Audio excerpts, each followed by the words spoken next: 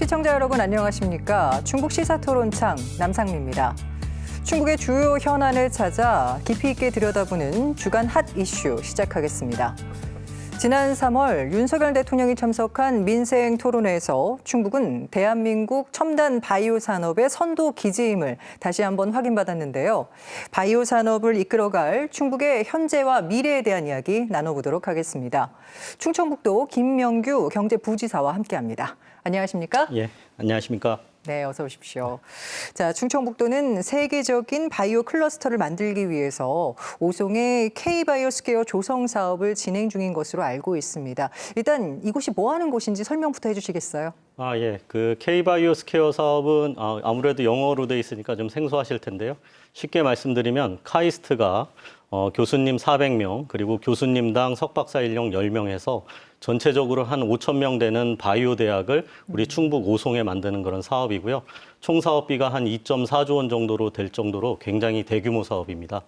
알겠습니다. 자, 그럼 지금 현재 진행 상황은 어떻고 또 이게 완전히 조성이 된다면 우리 충북 지역에 어떤 또 기대 효과가 있을까요? 네. 사실 K-바이오스퀘어 사업은 이름은 좀 다르더라도 이시종 지사님 때부터 시작이 됐는데요. 크게 두 가지 문제점이 있었습니다. 하나는 그 대학을 오송 3산단에 만들기로 했는데 오송 3산단이 대부분 그 절대 농지이기 때문에 농지 협의가 안 됐고요. 두 번째로는 이게 카이스트와 충북 간의 MOU는 체결이 돼 있지만 중앙정부와는 전혀 무관한 그런 사업이었습니다. 그런데 이제 그 김영환 지사 취임하시고 난 이후에 농지와 관련해서는 작년에 117만 평을 해제하는 걸로 그렇게 협의가 됐고요. 117만 평은 사실 대한민국이 지난 10년 동안 푼 절대 농지의 40%가 될 정도로 그 초대형 규모입니다. 그래서 그 땅 문제를 해결을 했고요. 두 번째로는 그 윤석열 대통령께서 민생 토론회에서도 밝혔듯이 지금 K-바이오스퀘어 사업은 정부 사업으로다가 지금 진행이 되고 있습니다. 그래서 과기부도 이 사업에 동의를 하고 있고요. 현재 사전 타당성 용역을 진행하고 있는 그런 상황입니다. 네. 자, 그러면 이렇게 K-바이오스퀘어가 조성이 되면 우리 충북 지역에도 좋은 소식들이 있겠죠? 네, 그 아까 기대 효과에 연계해서 말씀드리는 게 좋을 것 같은데요. 네. 저희들이 이것을 한 이유는 그 제대로 된 바이오 클러스터를 만들기 위함입니다. 제대로 된 바이오 클러스터는 5가지 요소가 중요합니다. 산학연관병이라고 하는데 기업, 그다음에 학교, 연구기관, 그리고 정부기관, 그리고 병원, 이 5대 요소를 갖춰야 됩니다. 우리 오송 같은 경우에는 한 30년 동안 바이오 클러스터로 육성을 하면서 기업들이 많고 그다음에 식약처를 비롯한 많은 정부기관이 온 것은 강점인데 대학교라든지 연구기관 그리고 병원에 있어서는 좀 취약하다는 얘기를 많이 들었고요. 그런데 카이스트, 세계 한 50위권의 대학인데요. 이런 명문 대학이 5,000명 규모의 바이오 대학을 만들므로써 학교와 연구 기능을 대폭 보강하고 이것을 통해서 제대로 된 바이오 클러스터를 만들 수 있을 것이라 이렇게 기대하고 있습니다. 네, 알겠습니다. 자, 오송은 바이오 의약품 소부장 특화 단지로 지정됐죠. 이제 바이오 산업 발전을 위한 생태계가 촘촘히 구성됐다고 볼 수 있을까요? 사실 소부장 하면은 줄임말이라서 어떤 것인지 잘 모르실 수가 있는데 소재 부품 장비를 의미합니다. 네네. 사실 그 문재인 대통령 때 우리나라가 일본하고 관계가 좀 어려워지면서 우리나라가 반도체 산업에서 굉장한 경쟁력을 확보하고 있음에도 불구하고 일본이 포토레지스터나 이런 그 소재 부품에 대한 수출을 통제하니까 많은 어려움을 겪었습니다. 그래서 이제 정부 입장에서는 그런 제품에서의 경쟁력도 중요하지만 소재 부품 장비의 안전성을 확보하는 게 굉장히 중요하다는 것을 인지를 하게 됐고요. 그런 문제의식이 바이오 산업으로 그대로 연결된 것이라고 보시면 됩니다. 그래서 우리 충북은 바이오 소부장 특화단지로 전국에서 유일하게 최초로 지정이 됐는데 바이오 산업의 소재 부품 장비 산업을 육성하기 때문에 이런 그 소재 부품 장비 산업의 경쟁력을 제고하는 것은 물론이고 이것을 토대로 그 완성품인 바이오 의약품의 경쟁력도 확보할 수 있는 그런 생태계를 만들 수 있을 것으로 기대하고 있습니다. 네. 자, 지난달 30일이었죠. 충청북도가 치열한 경쟁을 뚫고 첨단 재생 바이오 글로벌 혁신 특구로도 선정이 됐습니다. 이것은 어떤 의미를 가지는 걸까요? 예, 이것도 사실 우리 충북이 유일하고 전국 최초인데 특히 다른 지자체에서 많이 부러워하는 겁니다, 이거는. 그 의미는 뭐냐면 대한민국의 첨단 산업 중에 우리가 잘할 수 있는 것을 충북에서 먼저 시작한다. 이런 의미로 좀 말씀드리고 싶습니다. 무슨 말이냐면 바이오 의약품, 일반적인 의약품 같은 경우에는 이미 선진국 기업들이 경쟁력이 튼튼하기 때문에 우리들이 뭔가를 하기에는 좀 한계가 있습니다. 그런데 그중에서 첨단 바이오 의약품, 세포나 유전자 같은 것을 활용한 의약품을 얘기하는데요. 이런 분야는 선진국이나 우리나 다 같이 시작하는 그런 단계이기 때문에 첨단 산업인 동시에 우리 대한민국도 경쟁력을 확보할 수 있는 그런 유력한 분야로 보고 있습니다. 실제 그런 경쟁력을 갖춘 기업도 있고 갖출 수 있는 기업도 있는 그런 상태고요. 근데 이제 이런 분야의 문제점이 뭐냐면 처음 시작하는 거니까 규제가 너무 중요합니다. 규제 당국 입장에서는 엄격한 기준을 적용할 수밖에 없거든요. 근데 그러면 그럴수록 산업을 육성하는 데는 한계가 있는데 저희들이 규제 혁신 특구로 지정이 됨으로써 첨단 바이오 분야에 있어서 많은 규제 완화 조치를 충북에 국한해서 취할 수 있는 그런 여건이 마련된 겁니다. 그렇기 때문에 첨단 산업인 첨단 바이오 산업을 특히 우리나라가 잘할 수 있는 분야인데 우리 우송에서 충북에서 시작한다는 그런 의미가 있는 것으로 이렇게 말씀드리겠습니다. 네. 그럼 그동안 규제 때문에 조금 주춤했던 그런 실험이라든가 이런 것들을 우리 충북에서만큼은 규제 없이 할 수 있다라는 것이죠. 완전히 없다라고 얘기하기는 어렵고요. 실제로 첨단 바이오 분야에 있어서의 임상 연구라든지 실제 의료 행위, 그다음에 의약품 개발에 있어서는 중앙 정부에서 운영하는 심사위원회의 그런 심사를 받게 되어 있습니다. 근데 심사위원회가 한 개밖에 없기 때문에 굉장히 그런 실제 그 절차나 이런 것이 더딜 수밖에 없는데 이번 규제혁신특구로 오송만 충청북도 지역만 대상으로 한 심사위원회가 별도로 구성이 됩니다. 네. 그렇기 때문에 임상연구도 그렇고 어떤 치료행위나 아니면 의약품 개발에 있어서 보다 신속한 그런 절차 진행이 가능할 것으로 이렇게 보고 있습니다. 알겠습니다. 자, 첨단 재생 바이오 글로벌 혁신특구 선정과 관련해서 우리 충북도는 어떤 것들을 좀 미리 준비해 둬야 할까요? 지금 사실은 특구 지정은 자랑스러운 일이지만 말 그대로 시작인 것이 사실입니다. 그래서 저희들이 그 특구 지정을 받으면서 우리 충북에서 하겠다고 한 게 크게 세 가지가 있습니다. 하나는 앞서 말씀드린 심사위원회를 별도로 운영하겠다. 그리고 두 번째로는 별도의 안전관리 체계를 구축하겠다. 그리고 세 번째로는 공동 세포 처리 시설을 마련하겠다. 이 세 가지를 저희들이 그 제안을 한 건데요. 이 준비를 차분히 하는 게 첫 번째고요. 네. 그리고 두 번째로는 규제 혁신 특구가 됐기 때문에 아무거나 무조건 빨리 이런 식의 접근이 아니라 하나라도 제대로 잘 준비를 해서 여러 사람들이 보기에 이런 것은 해도 괜찮겠다. 이런 신뢰성을 가질 수 있도록 그렇게 준비하는 것이 매우 중요하다고 하겠습니다. 알겠습니다. 자, 바이오와 연계해서 충북의 교육 환경도 지금 달라질 거라고 기대가 되는데요. 특히나 카이스트 부설 AI 바이오 영재학교 설립은 잘 추진되고 있습니까? 네, 지금 말씀드린 것 중에 제일 잘 되는 게 바이오 영재고인데요. 네. 지금 올해 이미 설계비가 반영이 돼서 설계가 추진될 예정이고요. 계획대로라면 27년 3월이면은 개교가 될 예정입니다. 그리고 이 바이오 영재고는 카이스트가 운영할 예정인데 앞서 말씀드린 것처럼 카이스트가 지금 대규모의 바이오 대학을 오송에 만드는 것을 추진 중에 있지 않습니까? 그러니까 카이스트 스스로 이 영재고를 정말 제대로 만들겠다 이런 의욕이 정말 큽니다. 그래서 그런 준비가 아주 차분히 잘 진행되고 있다는 것을 말씀드리겠습니다. 알겠습니다. 기대를 해보도록 하겠습니다. 자, 지난 3월 민생 토론회에서 윤 대통령은 이 충북에 관련된 특히 첨단 바이오 산업과 관련해서 지원을 아끼지 않겠다라고 말씀을 하셨습니다. 자, 그 중에서는 교통망 확충도 포함이 될 텐데요. 자, 지금부터는 교통 인프라에 대한 이야기를 나눠 보겠습니다. 자, 윤 대통령이 민생 토론회 후속 조치 점검 회의에서 대전, 세종, 청주를 연결하는 광역 급행철도 CTX를 민자 사업으로 좀 조속히 추진하겠다고 말씀을 했어요.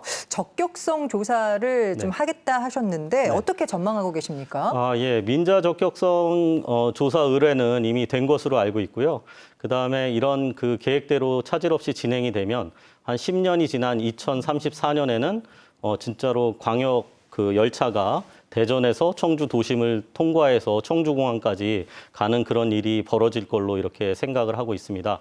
그래서 민자 사업으로 추진되는 거에 대해서 많은 분들이 여러 가지 의견을 갖고 계시는 걸로 알고 있는데 저희 도청 입장에서는 오히려 긍정적으로 생각을 하고 있습니다.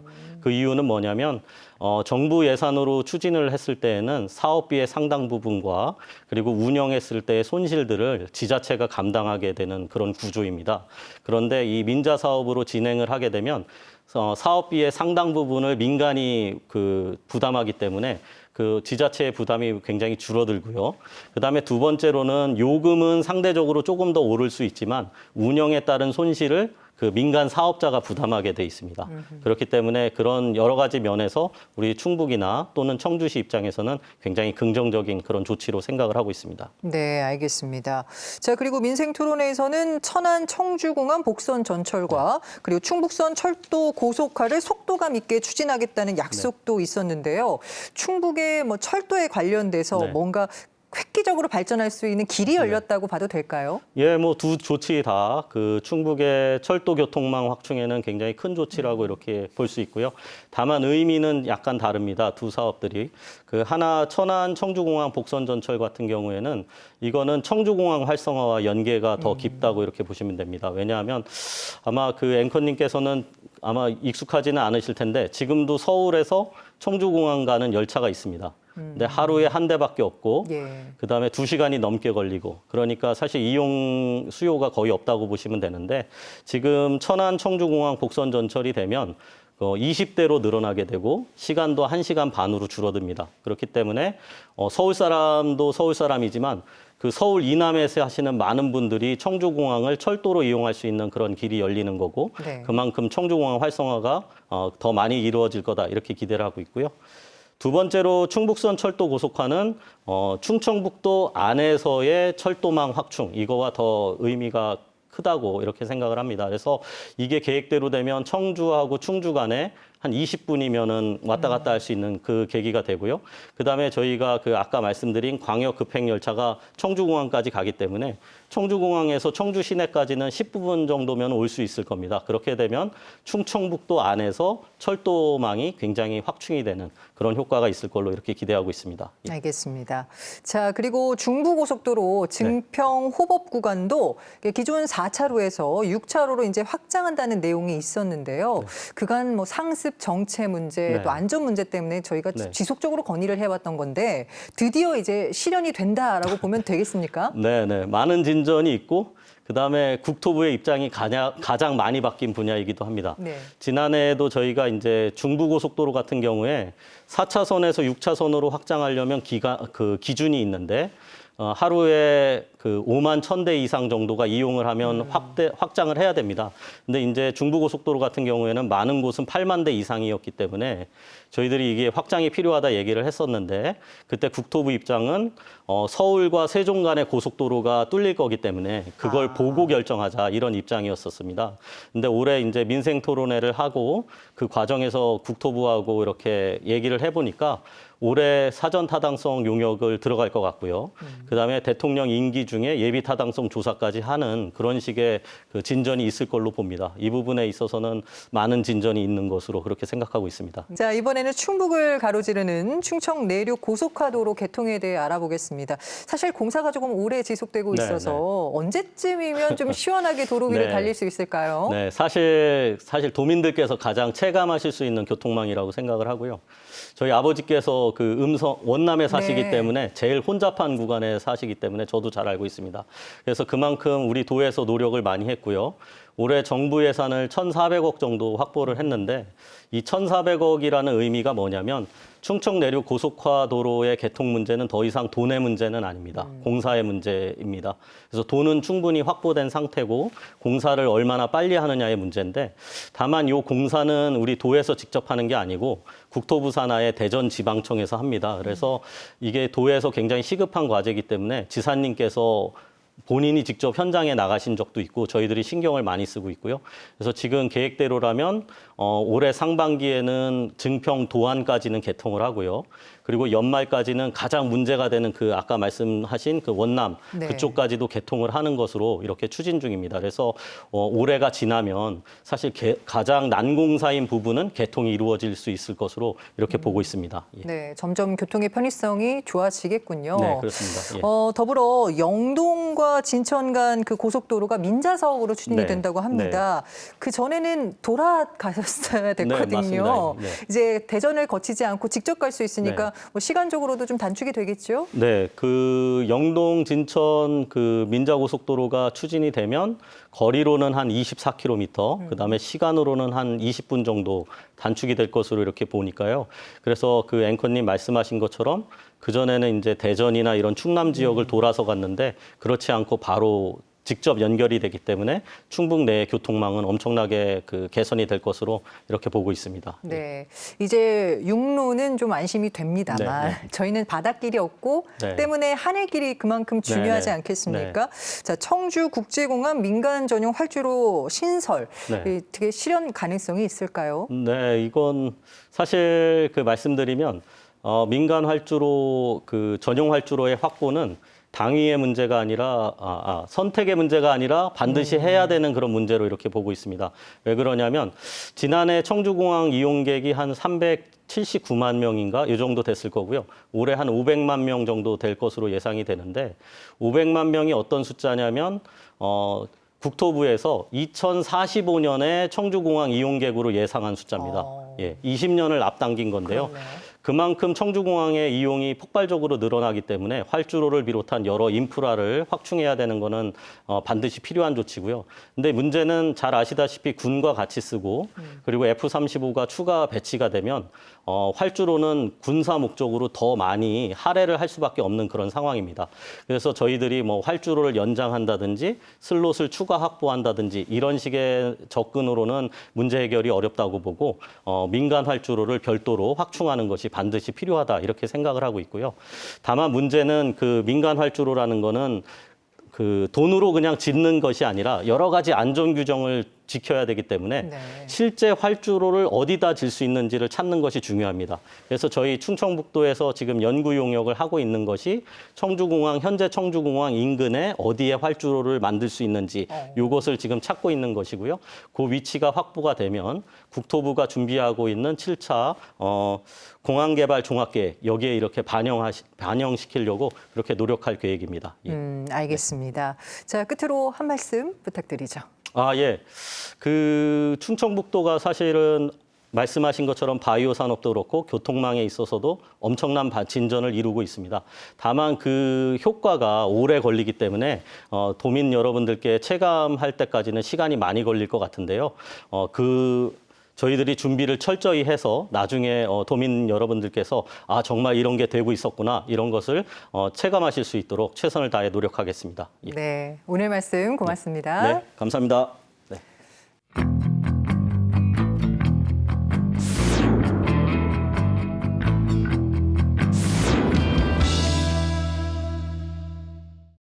MBC 충북 주간 핫 이슈 두 번째 순서입니다. 청주 도심 한복판에 카지노 입점이 추진되면서 주민과 학부모들의 반발이 거센데요. 청주시 학교운영위원장 협의회장, 카지노 입점 반대 범비상대책위원회 공동대표인 장동석 대표와 이야기 나눠보겠습니다. 안녕하십니까? 안녕하십니까? 네. 자, 먼저 비상대책위원회는 언제 구성이 됐고 어떤 분들로 이루어져 있나요? 2월 말에 구성을 했고요. 그러니까 3월 초부터 활동을 시작을 했고요.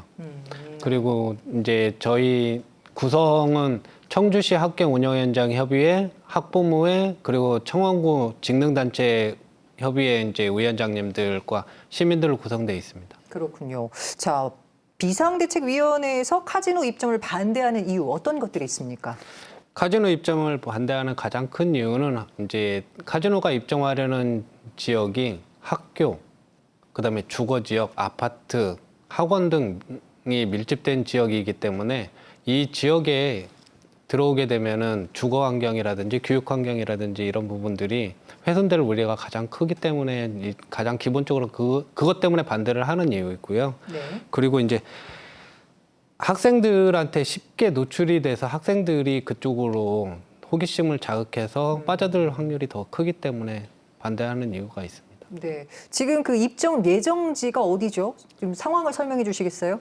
입점 예정지는 신흥고 정문 앞에서 20m 안에 있습니다. 그러니까 그리고 이제 이곳은 학교 절대 정화 구역이고요. 그리고 600m 안에는 6개의 초, 중, 고가 있고 2개의 유치원이 있고요. 그리고 1개의 대학교가 위치해 있습니다. 알겠습니다. 코로나 이후 청소년의 도박 문제 좀 심각해지는 상황인데 학부모들의 걱정이 크겠어요. 어떻습니까? 네, 저는 이제 새 자녀를 둔 학부모입니다. 호기심이 많고 이성적 판단이 아직 명확하지 않은 청소년들이 도박이나 유흥에 쉽게 접하게 되면 이제 오히려 더 그쪽에 더 빠져들 확률이 더 크고요. 그리고 도박은 또 마약과도 같습니다. 한 번이라도 접하게 되면 쉽게 끊을 수가 없는 부분이고, 특히 이제 자아가 성립되지 않은 어렸을 때부터 이제 접하게 되면 이성적인 판단을 하기도 전에 육체적인 몸이 먼저 반응하여 쉽게 중독에 빠질 수도 있습니다. 현재 인터넷 도박, 불법 토토 등에 빠져 있는 청소년들은 상당합니다. 최근에 경찰청 발표에 따르면 23년 형사입건된 도박 혐의 소년범이 22년 대비 230% 증가했고요. 여성가족부가 발표한 23년 청소년 인터넷 스마트폰 이용 습관 조사에서도 중고생 88만 명 중 사이버 도박 위험군으로 분류된 청소년이 3%가 넘는 2만 9천여 명으로 나타나고 있습니다. 더 심각한 것은 시민과 학생들이 2차 범죄에 노출될 우려가 크다는 점입니다. 그러니까 카지노 주변은 유흥업소, 유사게임방 등 향락시설들이 우후죽순 들어설 것이고, 이제 이렇게 되면은 절도나 강도, 심각한 중대범죄들이 무방비로 내몰리게 될 수도 있습니다. 그래서 이런 점 때문에 저희가 반대를 하고 있습니다. 사실 PC방도 학교 근처에서는 영업이 제한되는 걸로 알고 있어요. 그런데 카지노는 상황이 좀 다르다면서요? 네네.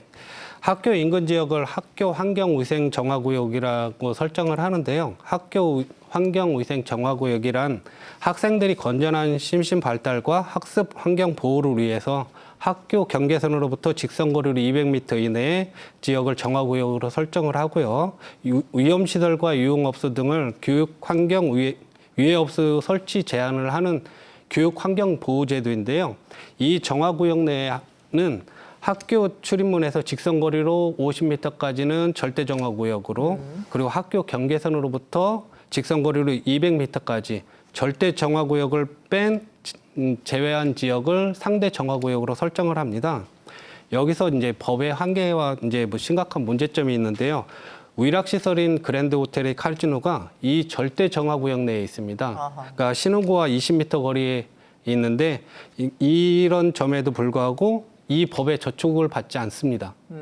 그러니까 카지노가 관광진흥법에 적용을 받아 허가 운영되는 특수한 형태의 업종이라 학교 환경위생정화구역 심의 규제를 받지 않습니다. 그래서 이제 일반적으로 허가 조건만 맞는다 그러면 이전이 가능한 부분입니다.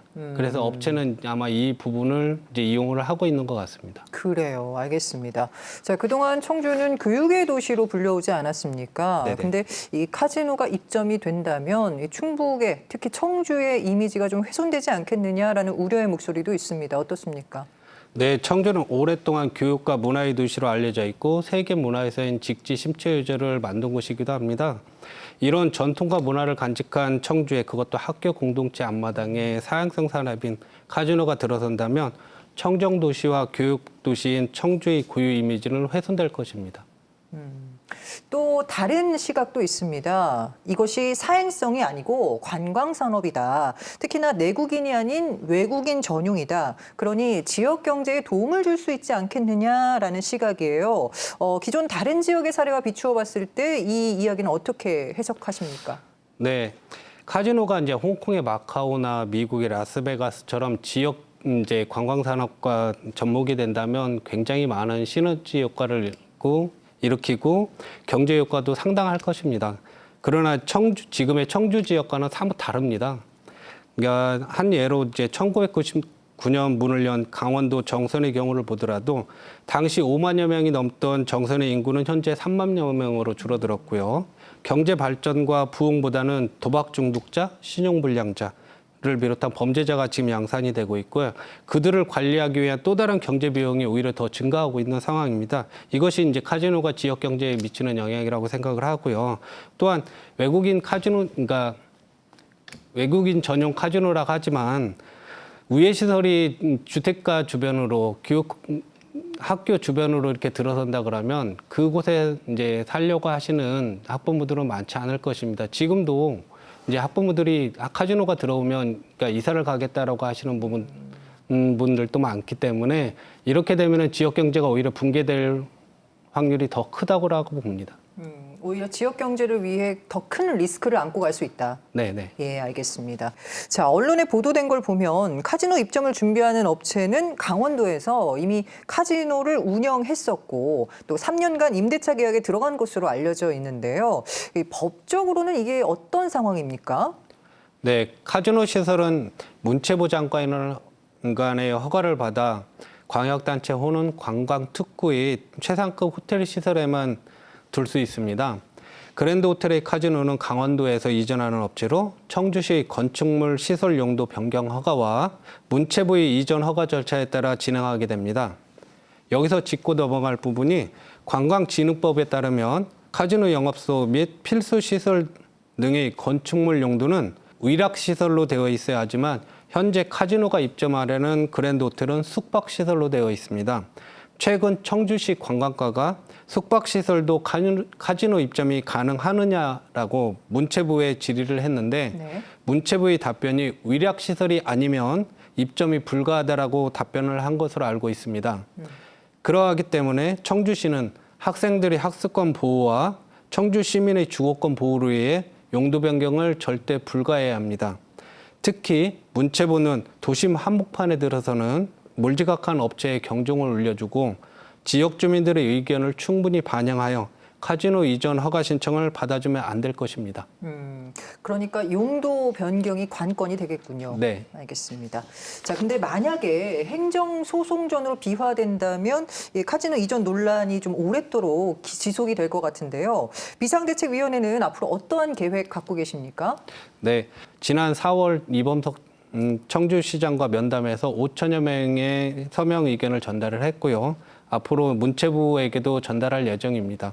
그리고 우리 비대위는 청주 시민을 대상으로 한 서명운동을 지속적으로 진행할 예정이고요. 1인 시위와 그러니까 공동 집회를 계획을 하고 있습니다. 학생들과 시민들을 보호하기 위해 우리 범비상대책위원회는 카지노가 취소되는 그날까지 반대운동을 계속할 예정입니다. 네. 자, 오늘 말씀 고맙습니다. 고맙습니다.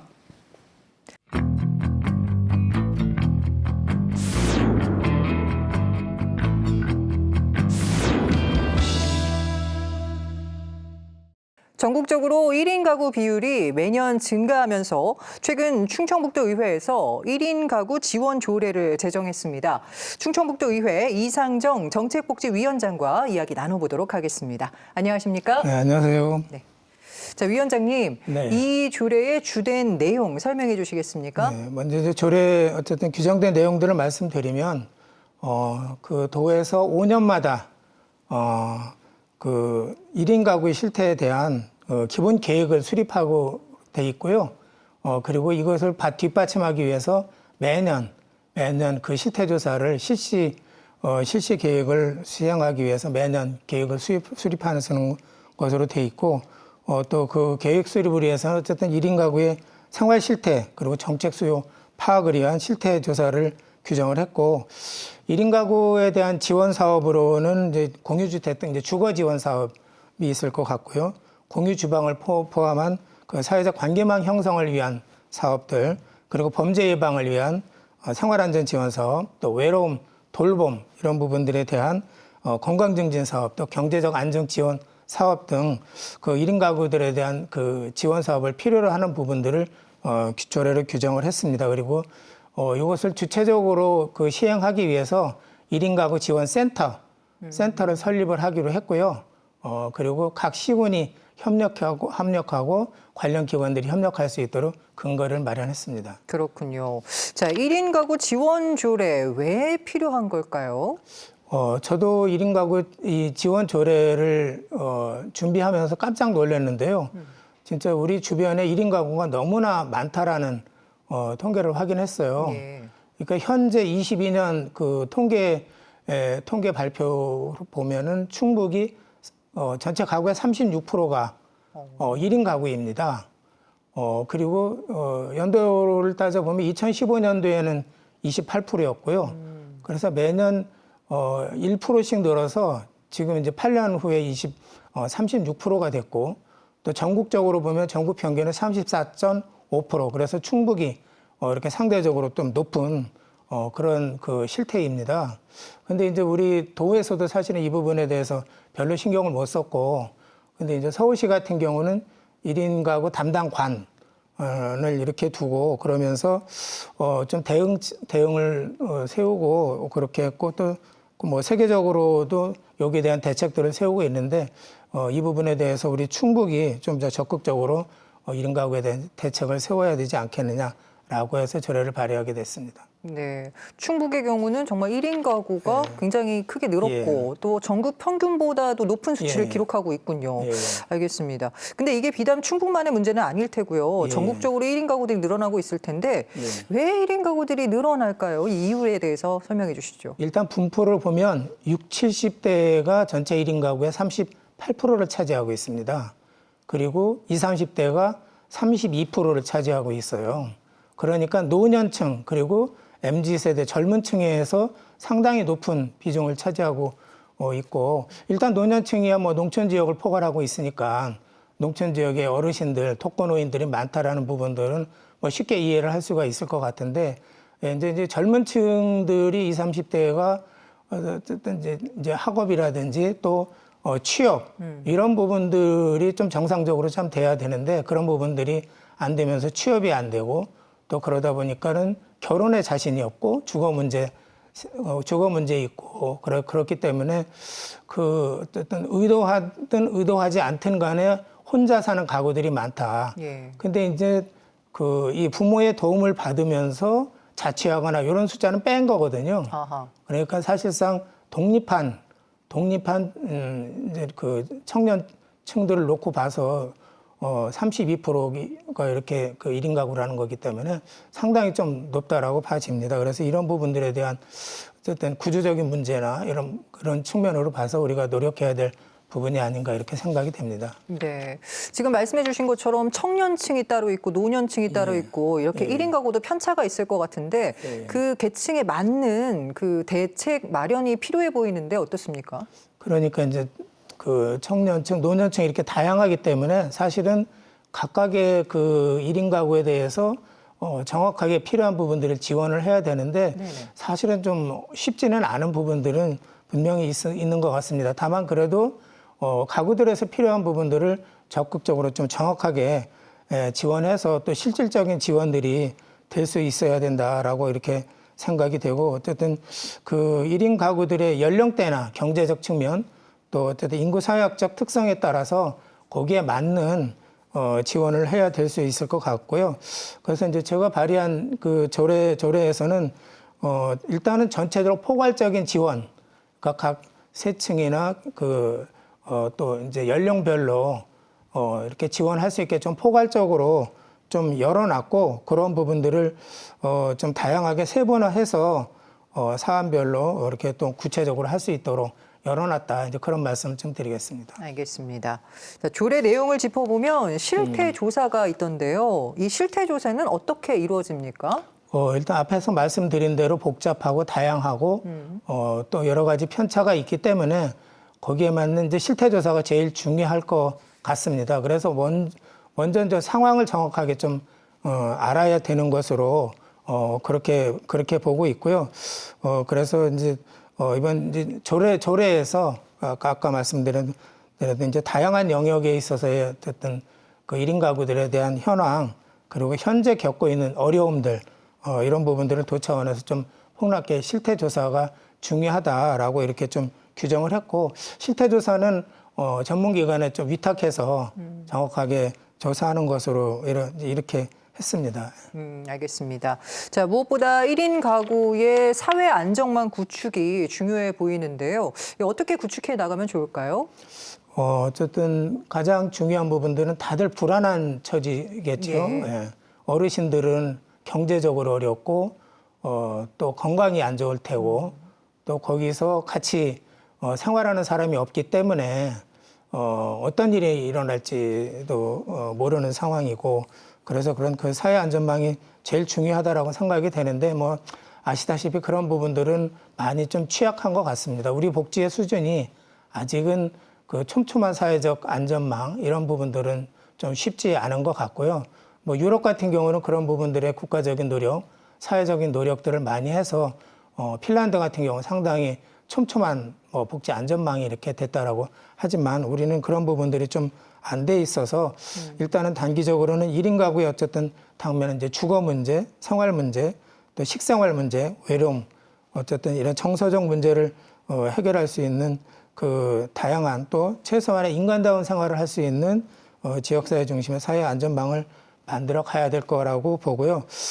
그런 측면에서 이제 저희 조례에서 규정한 1인 가구 지원센터 그리고 또 시군이 같이 협력하고 또 관련 기관이 연대 협력해서 어쨌든 그런 촘촘한 안전망을 구축할 수 있도록 노력해야 된다라고 보고요. 그러나 이제 또 이 안전망이라는 부분들이 관에서 또 이게 자치단체에서 할 수 있는 부분들이 좀 한계가 분명히 있을 것 같고요.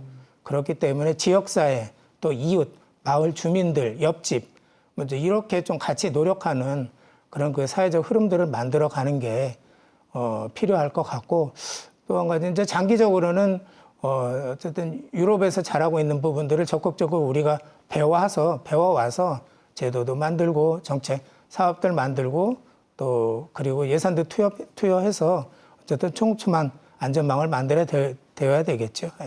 네.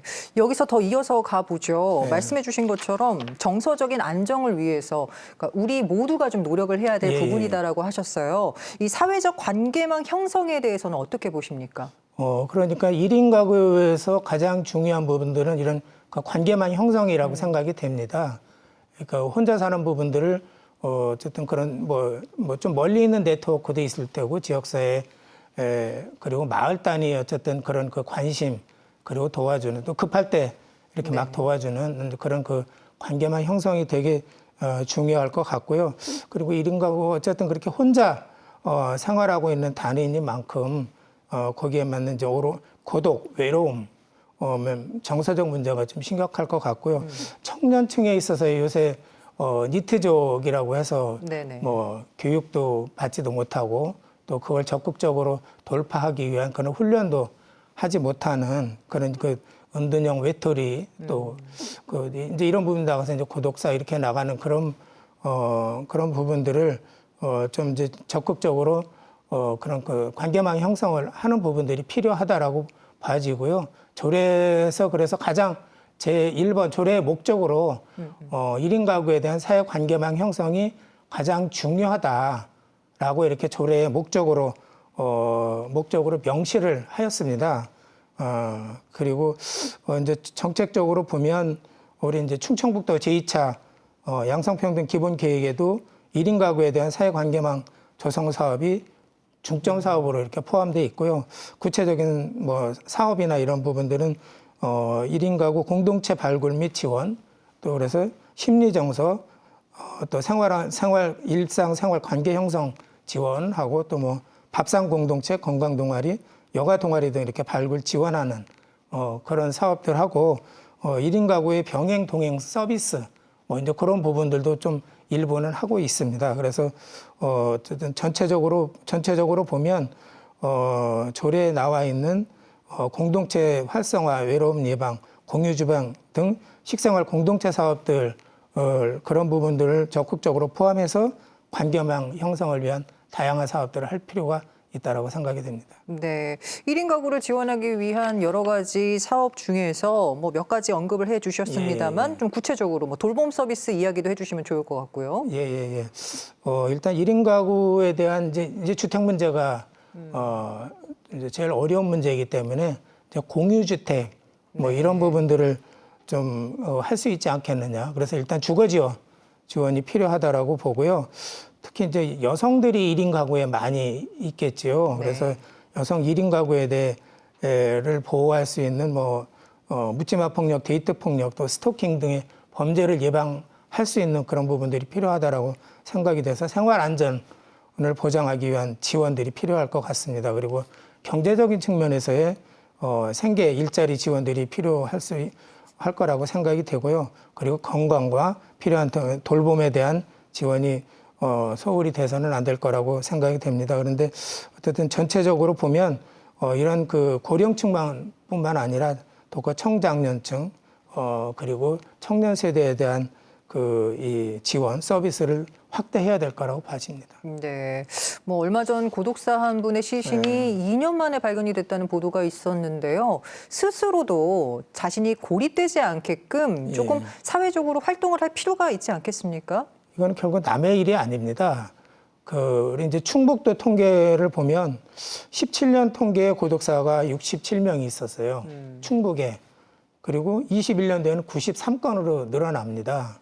근데 이 추세대로 보면 이 고독사 문제, 우리 지역의 충북의 고독사 문제도 상당히 좀 심각한 수준으로 나오고 있다라고 이제 그렇게 생각이 되고요.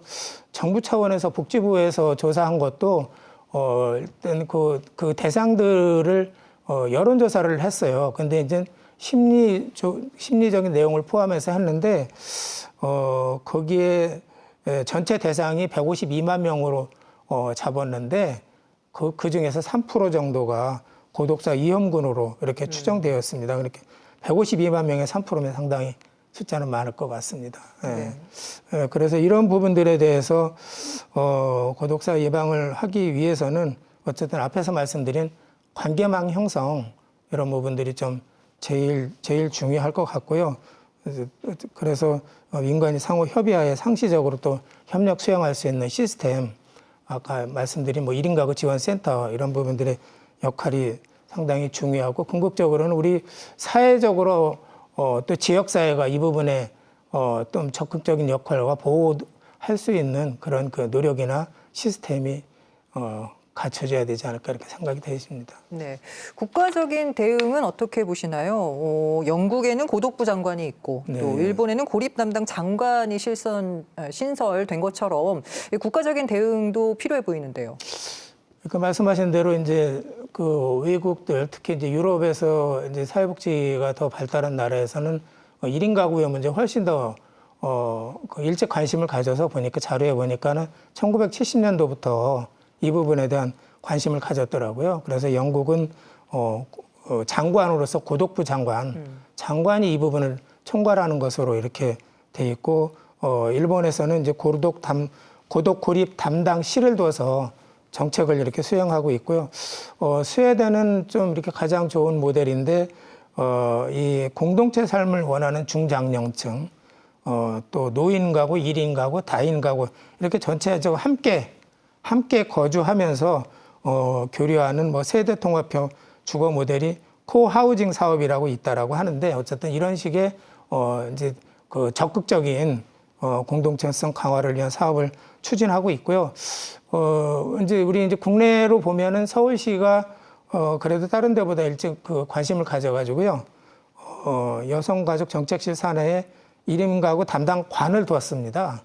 그래서 지금 현재 1인 가구 담당이 활동을 하고 있고요. 그래서 이런 부분들에 대해서 정부 차원에서도 이런 그 연구와 노력 그리고 제도적 법적 뒷받침을 많이 해야 될 것 같고 우리 이제 지자체에서도 이 부분들에 대한 노력을 많이 해서 이제 우리 충북도 1인 가구 지원 조례가 발의됐으니까 좀 더 적극적인 대책들을 세워야 될 거라고 생각이 됩니다. 네, 우리나라의 법령이 대체로 이제 다인 세대로 구성된 가족들에 집중이 되어 있다 보니까 이런 점들도 조금 보완이 되어야 하겠네요.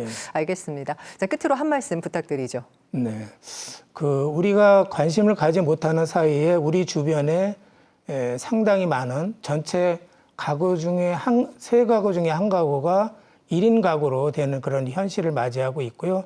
이런 부분들은 앞으로 더 커질 거라고 생각이 됩니다. 그래서 저희도 이제 이번에 이제 충북 조례를 통해서 우리 충북의 시군하고 같이 해서 1인 가구에 대한 지원들을 늘려가야 될 거라고 생각이 되고요. 또 한 가지 또 혹시나 오해할 수 있는 부분들은 우리가 1인 가구를 적극적으로 뭐 지원하고 한다 해서 요거를 뭐 이렇게 장려하고 긍정적으로 보는 거는 절대 아니다. 1인 가구가 이렇게 바람직한 부분들은 아니라고 생각이 되고요. 그래서 이제 그런 부분들은 좀 오해 없으셨으면 좋겠고, 저희 충북도에서 앞으로도 아까 말씀드린 부분들을 적극적으로 수용할 수 있도록 최선의 노력을 다하겠다는 말씀드리겠습니다. 네, 알겠습니다. 자, 지금까지 충청북도 2회 이상정 정책복지위원장과 함께했습니다. 오늘 말씀 고맙습니다. 네, 감사합니다. 가정의 달 5월에는 어린이날과 어버이날 등 가족들이 함께 보내는 시간이 많은 달이죠. 우리 주변의 1인 가구들은 잘 지내고 있는지 좀 더 세심한 배려가 필요해 보입니다. 충북 시사토론창 주간 핫 이슈 여기서 마칩니다. 시청해주신 여러분 고맙습니다.